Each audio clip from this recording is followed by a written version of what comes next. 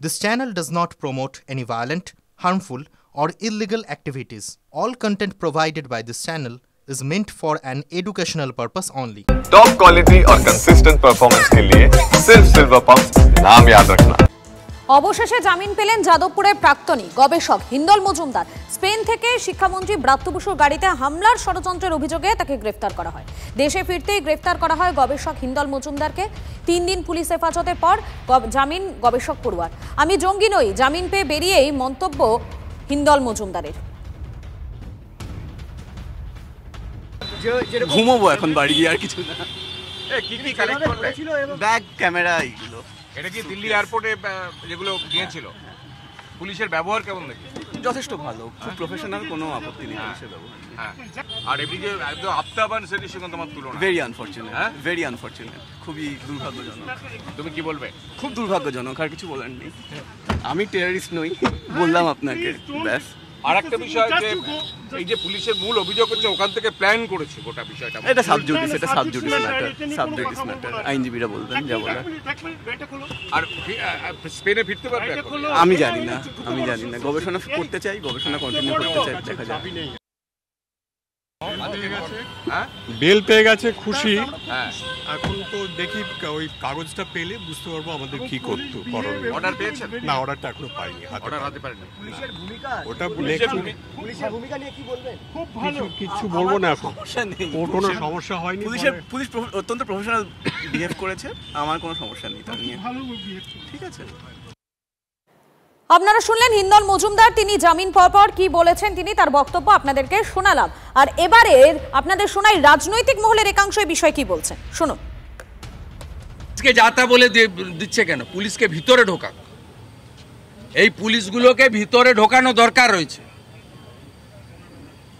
এই যারা উপরতলার অফিসারদের সন্তুষ্ট করার জন্য এরকম অবৈধ কাজ করছে, প্রতিহিংসা পরায়ণের রাজনীতি করছে, তাদেরকে জেলে ঢোকানো উচিত।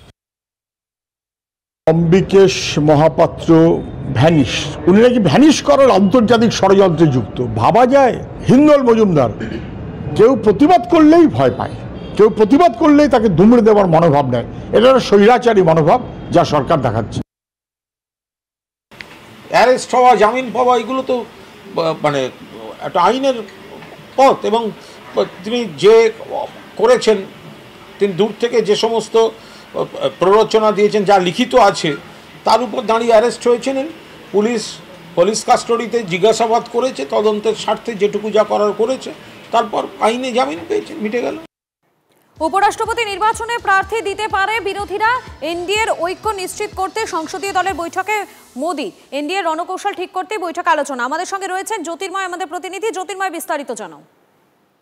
ইতিমধ্যেই ভাইস প্রেসিডেন্টের ক্যান্ডিডেট ঘোষণা করে দিয়েছে এনডিএ, এবং গতকালই সিপি রাধাকৃষ্ণন, যিনি মহারাষ্ট্রের গভর্নর, তিনি দিল্লিতে এসেছেন, প্রধানমন্ত্রীর সঙ্গে দেখা করেছেন। গতকাল সন্ধ্যায় তিনি দেখা করেছেন এনডিএর সংসদীয় দলের নেতাদের সঙ্গে, এবং আজ সকাল 9:30 অর্থাৎ আর কিছুক্ষণ পরেই এনডিএর সংসদীয় দলের বৈঠক, অর্থাৎ যেখানে সমস্ত সাংসদরা উপস্থিত থাকবেন। যে খবর আমাদের কাছে আসছে যে এই বৈঠকেই মূলত রণকৌশল নিয়ে আলোচনা হবে, যাতে এনডিএর ঐক্য ঠিক থাকে, প্রচার যাতে করা যায়, এবং তার পাশাপাশি যেটা সব থেকে গুরুত্বপূর্ণ বিষয়, এনডিএর বাইরে যে সমস্ত দলগুলি রয়েছে, যেমন বিআরএস, যেমন ওয়াইএসআরসিপি, যারা তথাকথিতভাবে ইন্ডিয়া জোটের মধ্যে নেই, সেই দলগুলিকে আনা যায় কিনা, মূলত সেই বিষয়টি নিয়েই আলোচনা হবে এই বৈঠকে।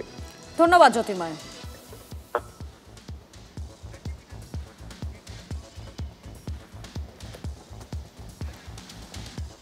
আরো একবার জানাই আপনাদেরকে, এই মুহূর্তে আরো একটি আপডেট আপনাদেরকে জানাচ্ছি।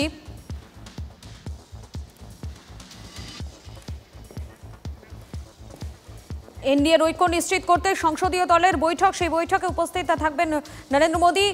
এনডিএর রণকৌশল ঠিক করতেই বৈঠকে আলোচনা হবে বলে জানা যাচ্ছে।